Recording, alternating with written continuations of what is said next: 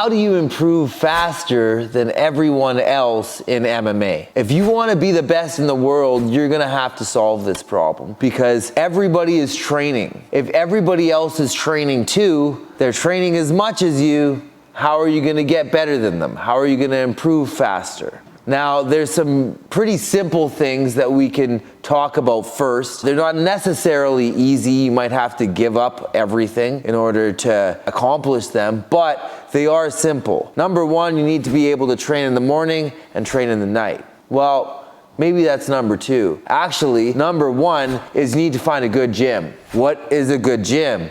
A gym that has a coach that knows how to get where you're going. Maybe he's been there himself. Maybe he has brought other people there. Maybe he has connections that help you to get in. A coach that cares about you, that runs a pretty structured program, and that has a high level of knowledge in boxing, jiu-jitsu, Muay Thai, and wrestling in some form. Though that can be like judo or Greco or jiu-jitsu or freestyle grappling. And some of these particulars can be a little different, but you need a coach that has a wealth of knowledge in the arts that apply to MMA and how to get into the show. Once you have a good gym, you want to make sure that you're able to train in the morning and train in the evening, right? You want to make sure that you're able to rest as much as you can. Now, this can be very difficult because money is a thing. So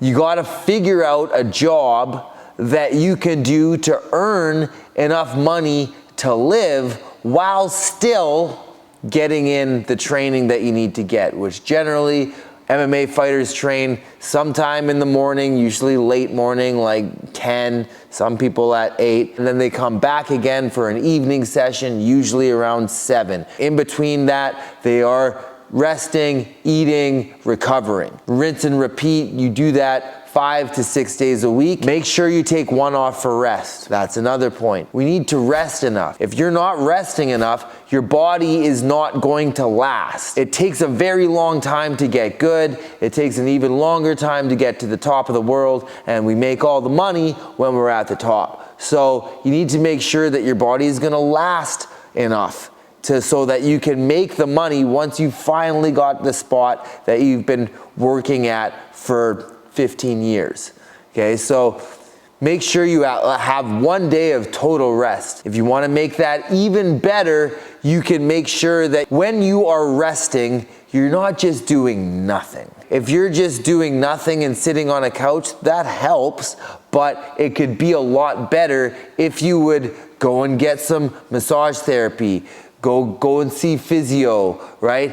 Get work done on your body. Imagine your body is like a fancy NASCAR or something, and you're running it around the track over and over and over again. Okay, you gotta make those pit stops, get your tires changed, tweak the engine, make sure everything is finely tuned, and then put it back out on the track again and rip it around for another week. Now, if you can put some of those sessions, those physio sessions, those prehab sessions, interspersed throughout the week, including your rest day, even better. Now, you're not gonna break yourself down as much, so you're not gonna have as many of these massive injuries in which you will have like a year layoff or even like a 6-week layoff, which is a really common layoff term, right? If you like break something or tweak something badly, it's gonna take about 6 to 8 weeks before that thing is ready to fire and start going again. Super annoying. So you wanna make sure that you're resting enough. Now,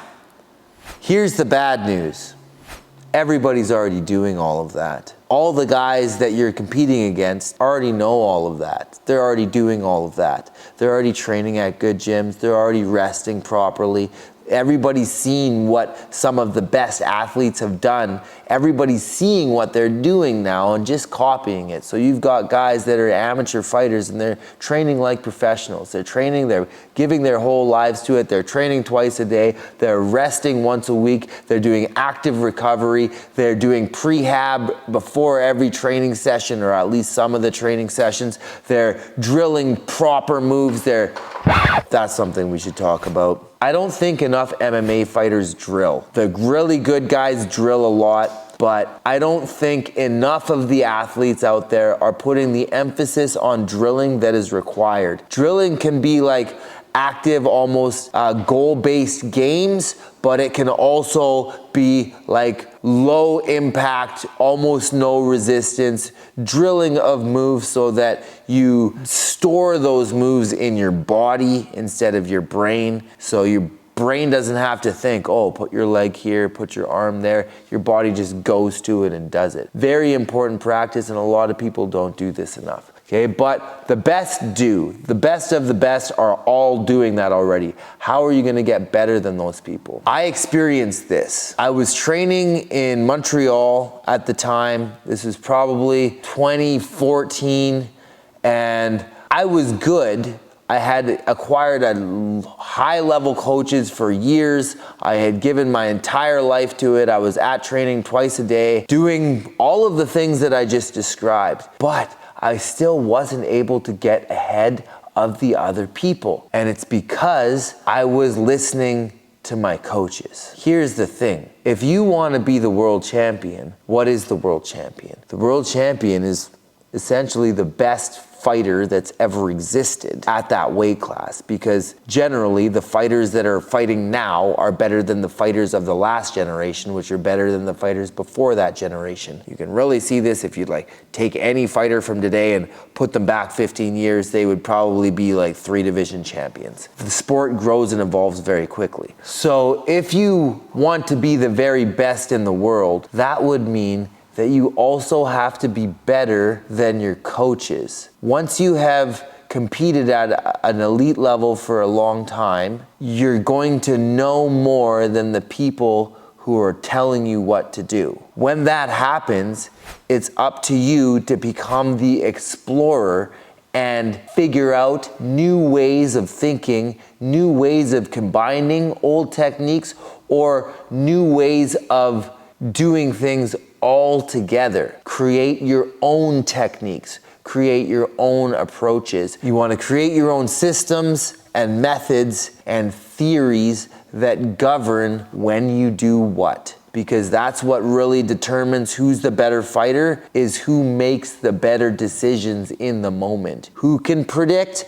what the next person's movement is and react to it in a way that they don't understand or didn't see coming, that counters the move they're using. How do you do that? How do you create things that don't already exist? You don't always have to make up new techniques. Like I said earlier, you can just figure out new ways of combining old techniques. One thing that I was doing when I created the system that I started using in 2015 against Zhang Li Pang in UFC Manila. This is the same system that I was running when I fought in UFC Japan. This is the same system that I was running when I knocked out the dude that knocked out Makhachev. That's Adriano Martins. It's the same system, and it was a system of movement and techniques that hadn't really been used before all together. Now, parts of them had been used by different athletes before, but not many athletes. One thing that I noticed is there's these outliers that exist in martial arts, in all different martial arts really, but also in MMA, and they use techniques in a way that other people aren't using them. And they work, right? And they seem to work on everybody. When you find people like that, you try to figure out, okay, what exactly are they doing? So then you study them.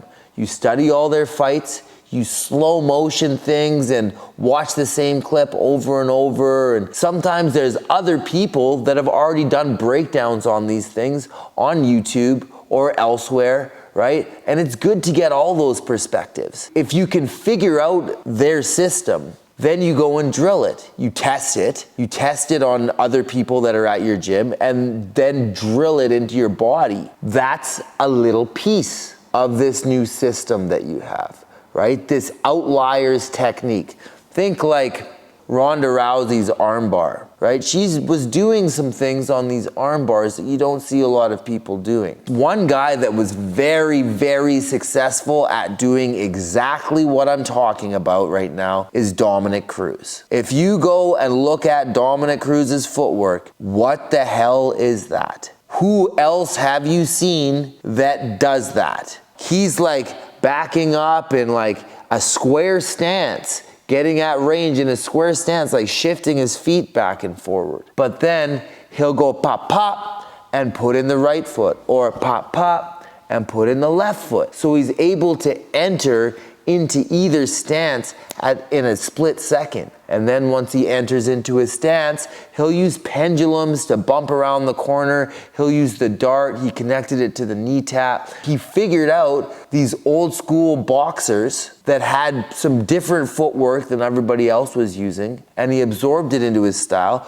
but he changed it a little bit. Like the way that he would set up for it by sitting back and shuffling his feet in a square stance, it's almost like what Muhammad Ali would do with his feet with the shuffle, but it's not the same. I've never seen it done by anybody else than him before he did it. Now, when I first looked at this when I was a kid, I thought it was disgusting. I thought it was just pooey because he didn't really have great power punching, and it was like, man, he just moves around the whole time. So boring. Well, who beat him?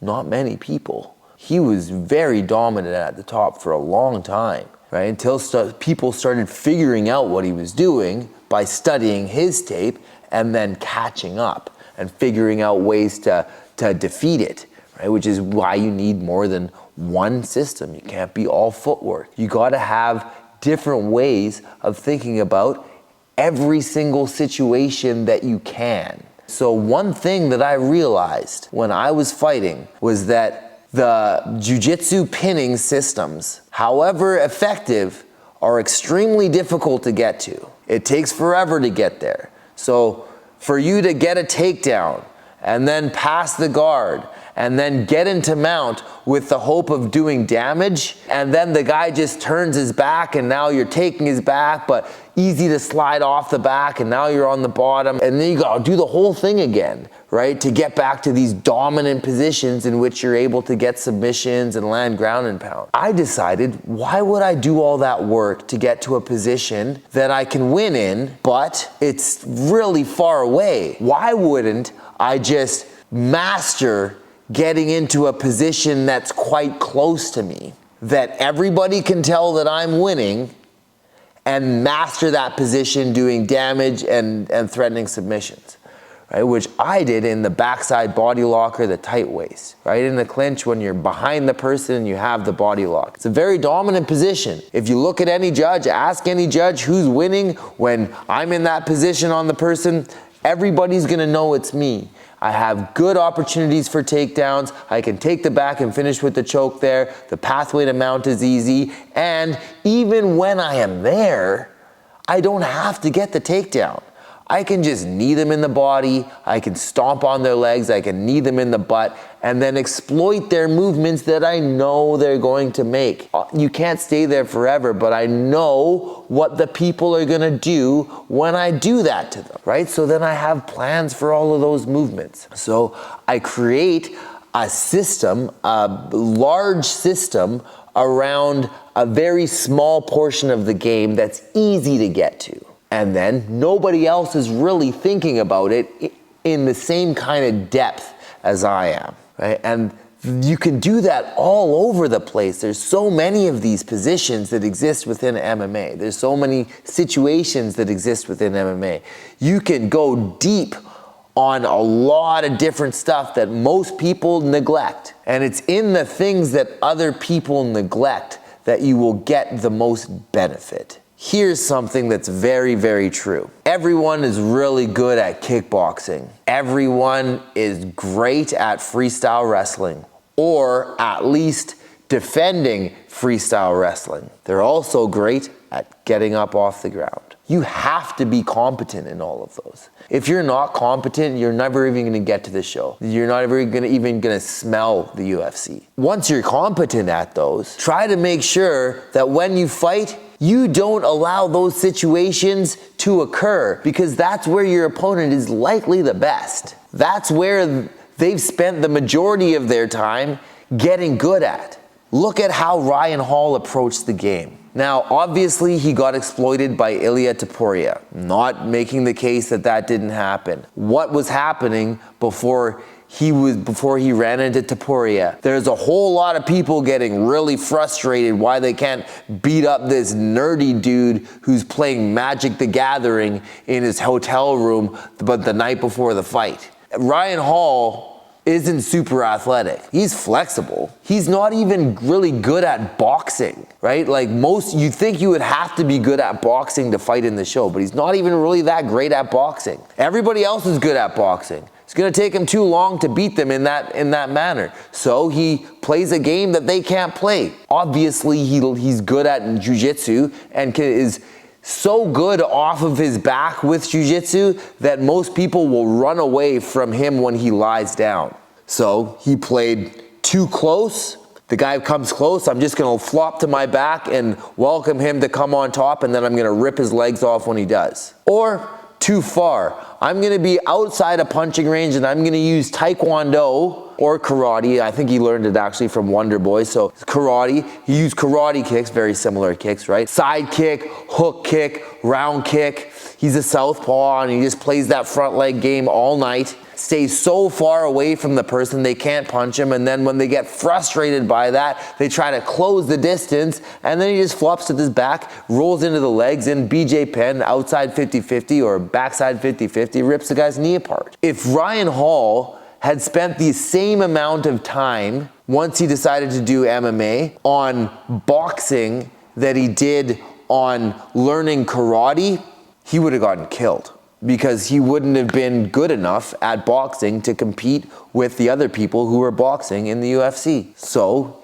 he learned something that other people don't understand very much. He learned karate. And who'd he learn it from? A real good gym, right? He learned it from Stephen Wonderboy Thompson. They're working together, right? It's one of the reasons that Wonderboy was able to beat Rory McDonald was Wonderboy was working with Ryan Hall. So he was expecting a lot of the jiu-jitsu attacks that Roy was gonna do to him. You don't have to flop to your back. You don't have to get good at leg locks. Maybe that's not your style. But you have to figure out something that most people suck at and get really good at it. What I did was footwork and fighting from long range and fighting in the clinch. Newsflash, all the fighters suck in the clinch except John Jones, Demetrius Johnson. This list isn't exhaustive. There's some others, but it's really not very common for people to be really good in the clinch. Islam Makhachev, very good in the clinch. The best guys are great in the clinch. Most of the athletes in the UFC are not. They make huge mistakes in the clinch all the time, right? What is the clinch? It's Muay Thai, it's Judo, it's Greco. And then if you really want to get an advantage, once you have those three, add Wing Chun. Because even if you don't understand why it works, believe me, there's a specific situation that happens quite frequently when clinches are engaged, right? Well, almost every time, okay, I'll just say it. It's the engagement. As you're engaging, who gets the best grips wins. Whoever gets the ideal grips as you collide with your opponent, as you begin to start that gripping exchange, that's who wins the clinching exchange, is who has the best grips and who has the best position. So if you understand position, then you want to make sure you're getting the best grips. One of the better hand fighting systems is Wing Chun. It really does help to assist those other three arts that I mentioned. In order to acquire this type of knowledge and then get it into your body, it's gonna take some time. But it's gonna take time to get to the top regardless of what you do. So if you wanna get really, really good, really, really fast, you can never not do the basics. You have to be at a good gym. You have to be able to train twice a day. You have to be able to rest. You have to be able to recover properly so you're able to train more than other people. Diet helps too, but I didn't want to make the video 24 hours long. Once you have all those things, You gotta figure out those intangibles. You have to figure out the way that your body can be the most effective. What techniques are the most effective for your body type specifically and temperament specifically. And then you have to search those out yourself. It's not on your coach to tell you what they are. Your coach probably doesn't know because he's not you. You understand what you feel inside. You understand how you move better than anybody else. You understand your gifts better than anybody else. You have to do the research. You have to look. You have to dig through archives. Most people, they spend all their time watching what's happening in UFC right now. Don't be that guy. You have to be aware what's happening right now.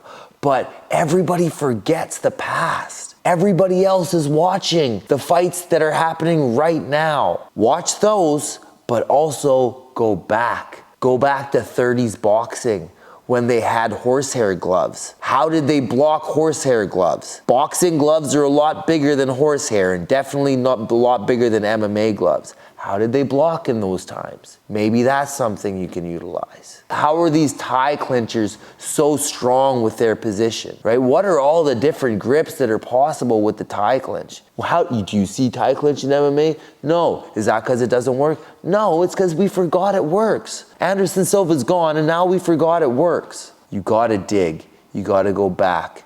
And you can go back really, really far. There's so much history of martial arts. There's so much video online, it's endless. But let your body and your temperament be the guide. What are the things that work well for you? Who are the people out there that do versions of those things that are different than other people, than the masses? Acquire that. And then you see another one over there, acquire that. You see another one over there, acquire that. Now, this video is getting very long. This is the last point. You need a theory in order to govern what you do when.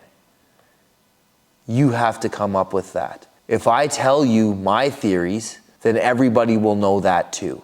You have to come up with it so nobody else knows it. You have to figure out a way to make decisions faster than other people. When the person does this, I do this percentage of the time.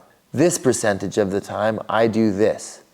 If I feel their weight over here, this is what I do. If I feel their weight over here, this is what I do. When I am organized over top of them in this manner, and they do X, I do this. When they do Y, I do this. When they're on top of me and they're organized in this manner, their skeleton is here or here or here or here, okay? I do X, I do Y, I do Z. And you have to get those into your body. The person that can make the decision faster often wins. But if you can make the decision faster and you can make a better decision, and even if it's a bad decision, you have a plan B, C, D after that, then you're going to be a very dangerous martial artist. I hope this helped you. It's a daunting task doing this, but this is the only way that I was able to continue to evolve. And I truly believe I'm far ahead of the game. We're way ahead of most of the teams that we see at competition, and we go to many competitions. I see the way these people drill in the back room. I see what their systems are. I see how they warm up. I see how they fight. And they don't think like my team thinks. And we do this because I teach my team to think. So now it's on you. You have to think, you have to watch, you have to learn, and then you have to embody and perform.